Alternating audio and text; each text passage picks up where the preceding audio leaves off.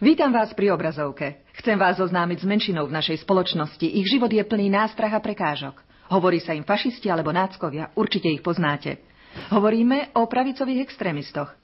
Viem, čo si myslíte. Sú hlúpi, brutálni a predstavujú hrozbu pre celú spoločnosť. A máte určite pravdu. Ale pozrime sa na nich zblízka.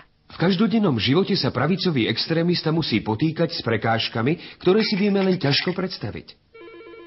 Pri porovnaní s normálnymi ľuďmi môže byť pre nich nadviazanie osobných vzťahov veľmi obťažné. Dôsledkom býva jeho izolácia a osamelosť.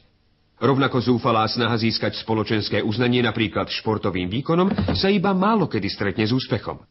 Prehliadanou skutočnosťou je aj to, že verejné budovy sú bežne projektované bez najmenšieho ohľadu na potreby pravicového extrémistu. Videli ste na vlastné oči. Uznajte, že potrebujú naše porozumenie a predovšetkým našu pomoc. Napríklad zavádzaním sociálnych projektov, ktoré im umožnia cítiť sa ako plnohodnotní členovia spoločnosti. Na stráž!